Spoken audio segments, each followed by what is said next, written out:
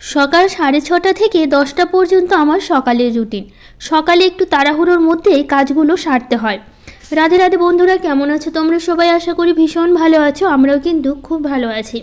আজকে হচ্ছে বুধবার, তোমাদের সাথে নিয়ে আজকের ব্লগটা শুরু করছি। সাথে থাকো, আজকের ব্লগটা তোমাদের খুব ভালো লাগবে। আজকে প্রথমে ঘরের বিছানার চাদরগুলো পাল্টে নেব। এই ঘরেরটা পাল্টাবো, আর ছোটো ঘর যেটা আছে ওটাও পাল্টে নেব। অনেক দিন বেশ এই ঘরের বিছানার চাদরগুলো পাল্টানো হয় না। আসলে এই ঘরগুলো সেরকমভাবে ব্যবহার হয় না, তো সেই জন্য আর পাল্টানো হয়েও ওঠে না। এই যে বিছানার চাদরগুলো পাল্টাচ্ছি, একদমই কিন্তু নোংরা হয়নি। তারপরেও অনেক দিন থেকে থেকে না নিজেরও আর ভালো লাগে না, তো একঘেয়েমিও লাগে দেখতে। তো ভাবলাম বিছানার চাদরগুলো পাল্টে নিই, পাল্টে আজকেই আবার কেচে দেবো। আমাদের ঘরেরটা আজকে পাল্টাবো না, কয়েকদিন আগেই পাল্টালাম, তো আর 2-1 দিন যাক, তারপরে পাল্টে নেব। এই তো মঙ্গলবার তো চলেই আসলো, গোপাল পুজো। তার আগে ঘর বাড়িগুলো একটু পরিষ্কার পরিচ্ছন্ন তো রাখতেই হবে। যেহেতু জানোই আগের বারও গোপাল পুজো করেছি। আগের বার বলতে পারো মানে এবার দিয়ে 2 বছর হবে আমার বাড়িতে গোপাল পুজো করা। আমার শ্বশুর বাড়িতে অনেক আগে থেকেই করে, বলতে পারো 20 বছর হয়ে গেল যে আমার শ্বশুরবাড়িতে গোপাল পুজো করে। অনেক দিন আগে থেকেই করা হয়। তো যাই হোক, আমরা যেহেতু আলাদা হয়ে যাওয়ার পর তারপরে প্রথম বছর করে উঠতে পারিনি। তো যাই হোক, আগের বার করেছিলাম। এবার দিয়ে 3বার পড়লো আমাদের এখানে গোপাল পুজো এই বাড়িটা করার পর। তো সেই কারণে আগের বছর থেকেই তো আমরা ভেবে রেখেছিলাম তো আলাদা করে আমরা পুজো শুরু করবো আমার নিজেদের বাড়িতে। তো সেই কারণে আগের বছর করেছিলাম গোপাল পুজো। আমার শ্বশুরবাড়িতেও হয়েছিল গোপাল পুজো, এখানেও হয়েছিল। তো যাই হোক, এবছর এখানে করবো। আমার শ্বশুরবাড়িতে এবার আর গোপাল পুজো হবে না, যেহেতু হচ্ছে তোমরা তো জানোই আমার জায়ের মেয়ে হয়েছে, মায়ের বাড়িতে আছে, খুবই ছোট, এই 1.5 মাসও হয়নি এখনও। তো যাই হোক, পুজো করা তো সম্ভব নয়, তো সেই কারণে হচ্ছে এবার পুজোটা শ্বশুরবাড়িতে হবে না। তো আমরা এই বছর নিজের বাড়িতেই করবো, মানে আগের বার থেকেই ধরেছি, এবার থেকে প্রতি বছরই করতে হবে পুজো। তো সেই কারণে মঙ্গলবার তো পুজো আছে, গোপাল পুজো। তো তোমরা কে কে গোপাল পুজো করো অবশ্যই কিন্তু আমাকে কমেন্ট করে জানিও। আর হচ্ছে সেই আগে ঘর বাড়িগুলো পরিষ্কার করবো, যেহেতু একটু মানে কয়েকজন আসে প্রসাদের জন্য, নেমন্তন্ন করি প্রসাদ খাওয়ার জন্য, কয়েকজন তো বাড়িতে আসে। ঘর বাড়িগুলো এমনি পরিষ্কার রাখি, তারপরে একটু পরিষ্কার পরিচ্ছন্ন করতেই হবে। তো ওই ঘরের বিছানার চাদরটা পাল্টে নিলাম, এখন এই ঘরে পাল্টে নেব। এই ঘরটা বেশ অনেক দিন হলো, এই ঘরটা আরও ব্যবহার হয় না। ওই ঘরটা তবু একটু হয়, টিভি থাকে, বাবান একটু টিভি দেখে, মাঝে মধ্যে একটু পড়াশোনার জন্য ওই ঘরটা ব্যবহার হয়। বাবানের বাবা একটু মাঝে মধ্যে পড়তেও বসায়, তারপরে একটু বাবানের বাবা অফিসের কাজগুলো করে ওই ঘরটাতে বসে। এই ঘরটা তো পুরোপুরি বলতে পারো এই ঘরে হয়তো 10 মিনিটের জন্য হয়তো আসা হয় না এই ঘরটাতে। এই শুধু ওই সকালবেলা করে একবার করে ঝাড় দিতে আসি, ব্যাস ওইটুকু। দুপুরবেলা আর বিকেলবেলা আর ঝাড় দেওয়া হয় না এই ঘরটা, যেহেতু একবার ঝাড় দিলে ঘরে তো আসাই হয় না, পরিষ্কারই থাকে, জানলা দরজা সবসময় বন্ধই থাকে এই ঘরটা। তারপরেও সকালবেলা করে বাসি ঘর তো ঝাড় দিতে হয়, সে কারণে সকালবেলা করে বাসি ঘর ঝাড় দিই, আর যেদিন ঘর মুছি সেদিন মুছে নিই, ব্যাস এইটুকুই। তাছাড়া এই ঘর একদম সবসময় সারাদিন মানে বন্ধই থাকে বলতে পারো। তো এই ঘরের বিছানার চাদরটাও বেশ অনেক দিন হয়ে গেছিলো, পেতে রেখেছিলাম, তো নিজেরও ভালো লাগে না, একই রকম একঘেয়েমিও লাগে। তো সেই জন্য ভাবলাম এই ঘরের বিছানার চাদরটাও পাল্টে নিই। তো দুটো ঘরের আজকে পাল্টালাম, আমাদের ঘরটা তো বললাম পরে পাল্টাবো। তো যাই হোক, এদিকটা গুছিয়ে নিই, আর হচ্ছে চেয়ারের উপরে কিছুটা হচ্ছে জামা কাপড় রাখা আছে, ওগুলো একটু এখানেই রেখে দেবো। আগে তো এই বিছানার উপরে সব শীতের জামা কাপড়গুলো রাখা ছিল, আসলে আলমারিতে ধরতে চায় না, তো সেই জন্য কয়েকটা আলমারিতে রেখেছি, অবশ্য সবগুলো এখানে নেই। অনেকগুলো আলমারিতেও রাখা হয়েছে, যেগুলো খুব একটা ব্যবহার হবে না সেগুলো এখানে আপাতত গুছিয়ে রেখে দিচ্ছি। কারণ শীতের জামা কাপড় প্রচুর হয়ে গেছে। আরও কিছু কিছু আছে যেগুলো বস্তাতে রেখে দিয়েছি, যেগুলো একদমই প্রয়োজন পড়বে না, কারণ সব কিছু তো প্রয়োজন পড়ে না। তার মধ্যে ঠান্ডার সময় তো খুব একটা বাড়ির বাইরে যাওয়াই হয় না, বাড়িতেই থাকা হয়। আর আমার মনে হয় সোয়েটারের থেকে আমার কাছে চাদরই বেশি ভালো লাগে। সবসময় বেশিরভাগ সময়টা দেখো আমাকে চাদরই গায়ে দিতে, কাজকর্মগুলো আমি চাদর পরেই করি। আমার মনে হয় সোয়েটারের থেকে চাদর পরেই আমার বেশি আরাম লাগে। তো সেই কারণে আমি সোয়েটার পরে কাজ করার থেকে মানে সোয়েটার খুবই কম পরি, চাদরটাই বেশি পরা হয়। চাদর গায়ে দিয়ে থাকলে মনে হয় ঠান্ডাটাও কম লাগে, কান টানগুলো একটু ঢেকে নিলে না, মাথাটা ঢেকে নিলে চাদর দিয়ে মনে হয় তখন আর ঠান্ডাটা লাগে না। এখন যেহেতু মোটামুটি ভালোই কিন্তু ঠান্ডা পড়ে গেছে আমাদের এইদিকে, সব জায়গায় পড়েছে ঠান্ডা। এখন চাদর সোয়েটার একটু পরতে হয়, একটু বাইরে বেরোলে রাতে করে মোজাও পরতে হয় পায়ে। তো যাই হোক, বাড়িতে আর সারাদিন আমি মোজা পরি না, কারণ হচ্ছে আমি বারবার বাথরুমে যাওয়ার জন্য তো মোজা পরাই সম্ভব হয়ে ওঠে না, পা ধুতে হয় বারবার। তো সেই কারণে হচ্ছে আর সেরকমভাবে হচ্ছে মোজা পরি না বাড়িতে, আমি জুতো পরেই থাকতে হয়, যেহেতু খালি পায়ে হাঁটা সম্ভব নয়। সেই কারণে হচ্ছে যেহেতু মেঝেটা খুবই ঠান্ডা, টাইলসের জন্য তো আরও ঠান্ডা হয়ে থাকে, এমনিতেই ঠান্ডা, টাইলসের জন্য আরও ঠান্ডা হয়ে থাকে।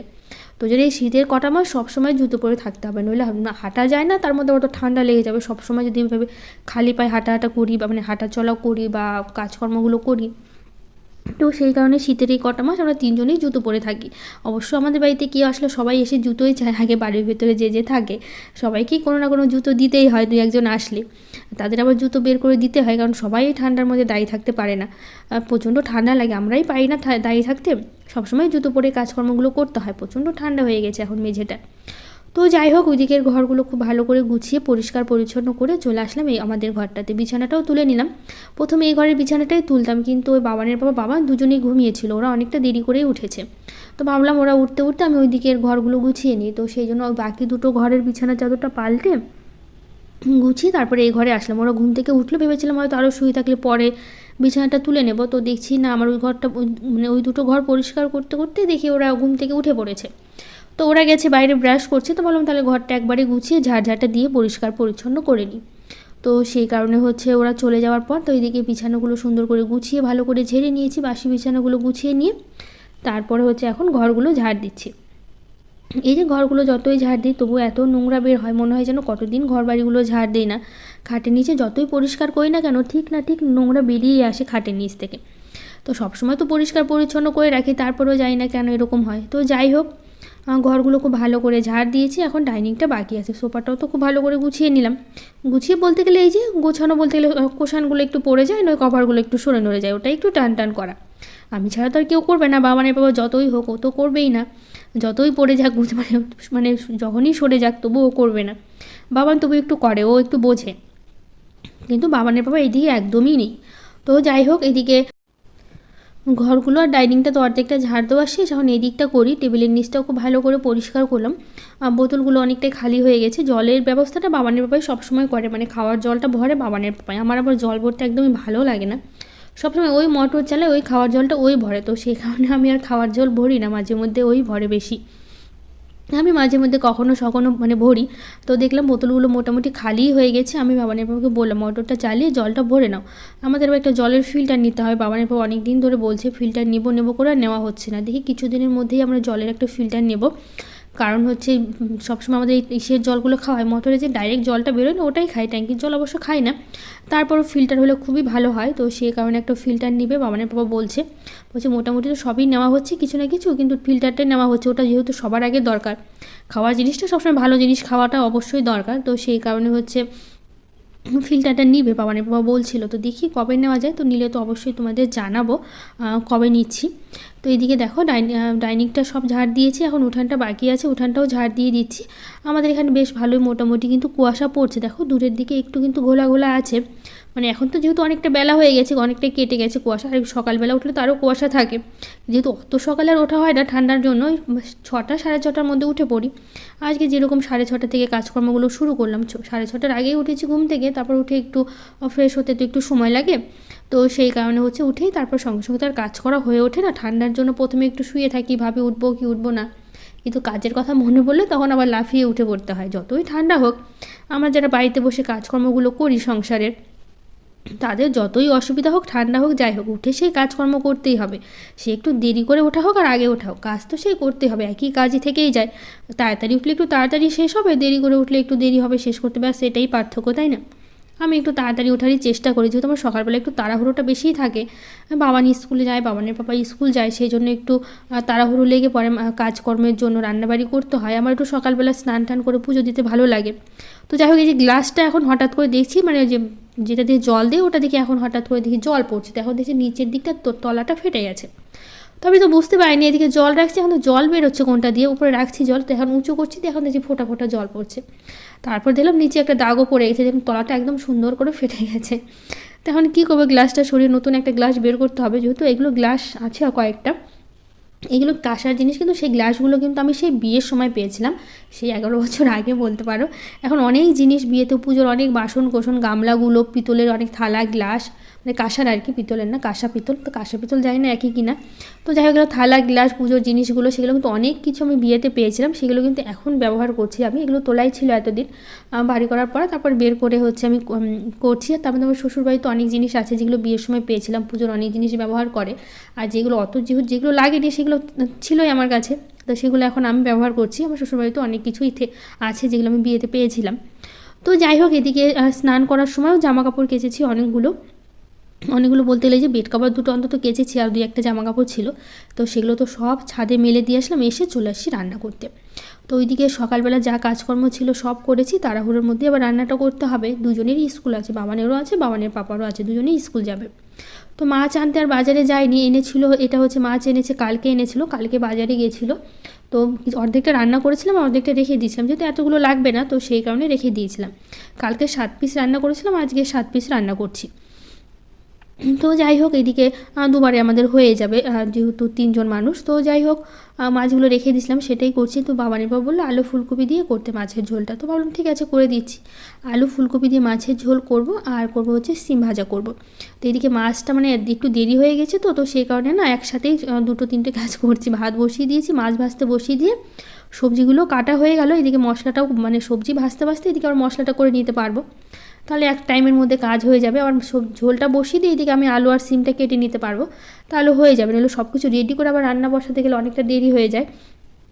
তো সেই কারণে এদিকে একটা বসিয়ে দিয়ে এদিকে আরেকটা কাজ করতে ও তাড়াতাড়ি হয়ে যায়। তো মাছ ভাজতে ভাজতে যেহেতু আলু ফুলকপিটা আমার কাটা হয়ে গেছিলো, তো সেই কারণে একবারে ধুয়ে নিয়েছি, দিয়ে তারপরে এখন জিরে ফোড়ন দিয়ে এখন এর মধ্যে দেবো হচ্ছে লবণ হলুদ দিয়ে ভালো করে একটু সুন্দর করে ভাজা ভাজা করবো। রান্নার সময় একটু সবজিগুলো একটু লাল লাল করে ভাজা ভাজা করে নিলে খেতে কিন্তু ভীষণ ভালো হয়। একটু সবজিগুলো ভেজে একটু কষিয়ে রান্না করলে খেতে কিন্তু বেশ ভালোই লাগে। তো ওইদিকে ভাতটাও উতলে গেছে, মোটামুটি হয়ে এসছে ভাতটা আমার, তো হয়ে গেলে নামিয়ে নেব। তো ওইদিকে দেখো সবজিটা কিন্তু বসিয়ে দিই, এদিকে আমি আবার সিমটাও কেটে নিয়ে মানে কাটা হয়ে গেছে, এখন শুধু আলুটা বাকি আছে। তো আলু আর সিম একসাথেই ভাজা করব। সিম খুব একটা ভালো লাগে না খেতে, যেহেতু আছে সেগুলো তো করতে হবে, নষ্ট করা যাবে না। তো ওইদিকে সিম আলু কাটা আমার হয়ে গেছে, এদিকে আমার সবজিটাও ভাজা হয়ে গেছে, এদিকে আমার সবজি ভাজতে ভাজতে এদিকে মশলাটাও আমি করে নিয়েছি। তো এখন দিয়ে দেবো এর মধ্যে হচ্ছে আদা জিরা লঙ্কা, যেটা আমি পেস্ট করে রাখি।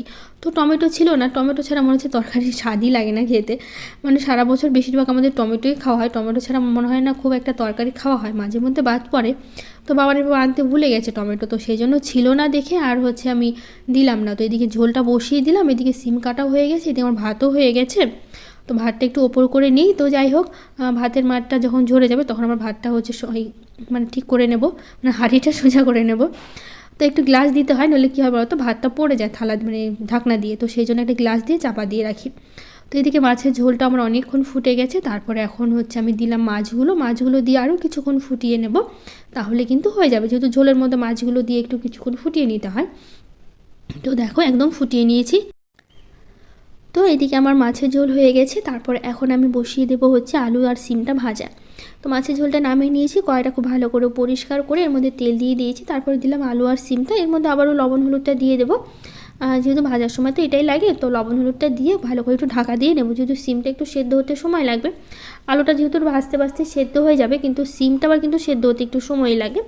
তো সেই জন্য লবণ হলুদ দিয়ে, যেহেতু সিম থেকে মোটামুটি অনেকটাই জল উঠবে, তো সেই কারণে হচ্ছে আমি হচ্ছে এই মানে কি বলো, ওই ঢাকা দিয়ে রেখে দেবো। তো চলে আসলাম এখন ছাদে জামা কাপড় মেলতে, তখন আর মেলা হয়ে ওঠেনি, ভেবেছিলাম তখন ছাদে জামা কাপড়গুলো মেলবো। তো কিছুটা জামা কাপড় আমি তখন আমি ভুল করে বলে ফেলেছিলাম আর কি, ভয় যে আমি খেয়ালই করিনি যে জামা কাপড় মেলার কথা। তো যাই হোক, তাহলে মানে ভুল করে বলে ফেলেছি, তো যাই হোক কিছু মনে করো না।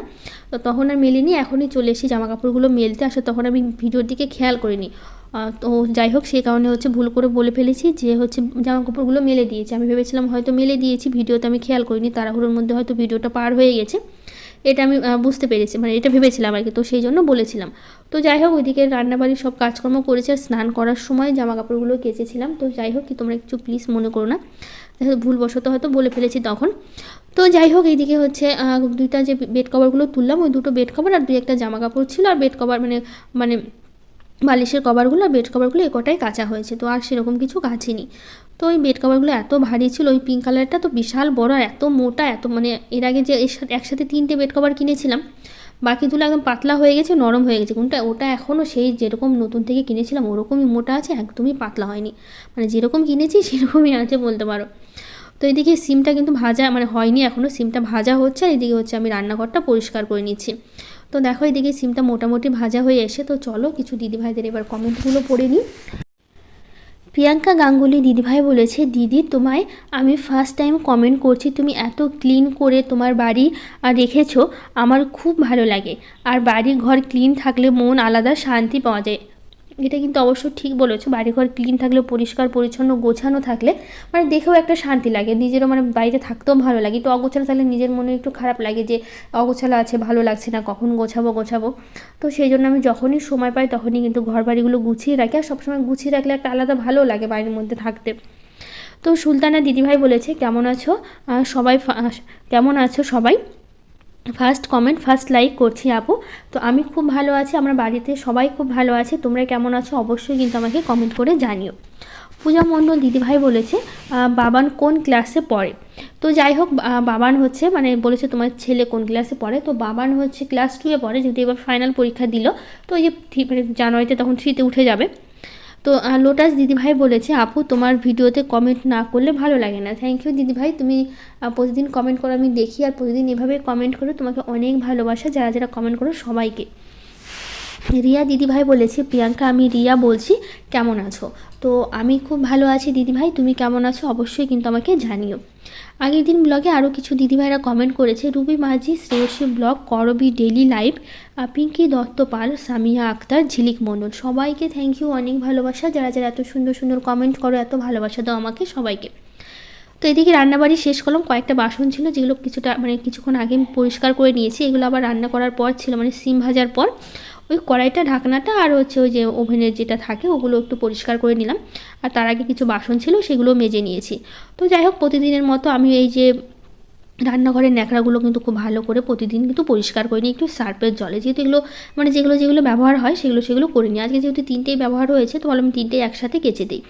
আর যেহেতু কালকে হচ্ছে আবার হচ্ছে বৃহস্পতিবার আছে, নিরামিষ আছে, তো ভাবলাম আগে থেকে ন্যাকড়াগুলো মানে কেচে দিলে তখন সারাদিনে শুকিয়ে যাবে, নইলে হচ্ছে আবার রাত্রেবেলা কেচে দিলেও হয়, অনেক সময় রাত্রেবেলা কেচে দিই, যেহেতু কালকে নিরামিষ থাকে, সব জিনিস নিরামিষই রান্নাবাড়ি করতে হয়, তো সেই জন্য ন্যাকড়াগুলো ভালো করে আমি ধুয়ে দিই। তো যেহেতু আজকে ভাবলাম সকালই ধুয়ে দিই, সারাদিন রোদে শুকিয়ে যাবে, এখন ঠান্ডার দিন তো, যেহেতু রাতের মানে গরমের সময় রাতে ধুয়ে দিলে শুকিয়ে যেত, কিন্তু ঠান্ডার সময় শুকোতে চায় না। একটু ওই রান্নাঘরে যে কাপড়গুলো একটু শুকনো থাকলে ব্যবহার করতে বেশ ভালো লাগে, তো সেই কারণে হচ্ছে আমি একটু আজকে মানে এখনই কেচে দিলাম, এগুলো রেখে দেবো বাইরে, তো একটু রোদে কিন্তু বেশ অনেকটা শুকিয়ে যাবে। তো এদিকে রান্নাবাড়ি সংসারের কাজকর্ম সব কিছু হয়ে গেছে, বাবানকে আমি খাইয়েও দিয়েছি, বাবানও খেয়েও নিয়েছে। তারপরে এখন বাবানকে রেডি করে দিচ্ছি, বাবান স্কুল যাবে, তো যেহেতু বাবানের এখন ক্লাস হচ্ছে না, বাবানের এখন খেলা হবে, তো সেই জন্য খেলারই প্র্যাকটিস চলছে, মানে কোন গ্রুপে, তো বাবানের হচ্ছে 100 মিটার দৌড় পড়েছে, আর যেটা কক ফাইট আছে ওটা মানে দুটো খেলা পড়েছে বাবানের। তো আজকেই হচ্ছে কাগজটা দিয়েছে, ওখানে লেখা আছে বাবানের 21 তারিখ হচ্ছে খেলা আছে বাবানের স্কুলে। তো যাই হোক, দুটো খেলা পড়েছে, বললামই একটা রান পড়েছে হচ্ছে 100 মিটার, আর হচ্ছে কক ফাইট পড়েছে। তো এই দুটো খেলাই পড়েছে, অনেকের দুটো কারো 3টে পড়ে। তো যাই হোক, এদিকে বাবানকে রেডি করে দিয়েছি, ওই যে ফুলাতা জামা আর ভেতরে একটা পাতলা গেঞ্জি পরিয়ে দিলাম, যেহেতু ভেতরে তো ঠান্ডা লাগে এখন বেশ ভালোই, তো সেই জন্য বাবানকে তো পরিয়ে দিয়েছিলাম, কিন্তু এসে বলছে যে মাম্মাম আমাকে ভেতরে গেঞ্জিটা পরিয়ে দিও না, আমার প্রচণ্ড গরম লাগছিল স্কুলে আজকে, যেহেতু দৌড়াদৌড়ি করে তো খেলা শিখছিল, সেই কারণে আমিও বুঝতে পারিনি। তো যাই হোক, ব্লগটা এখানেই শেষ করছি, কেমন লাগলো জানিও, আজকের মতো টাটা।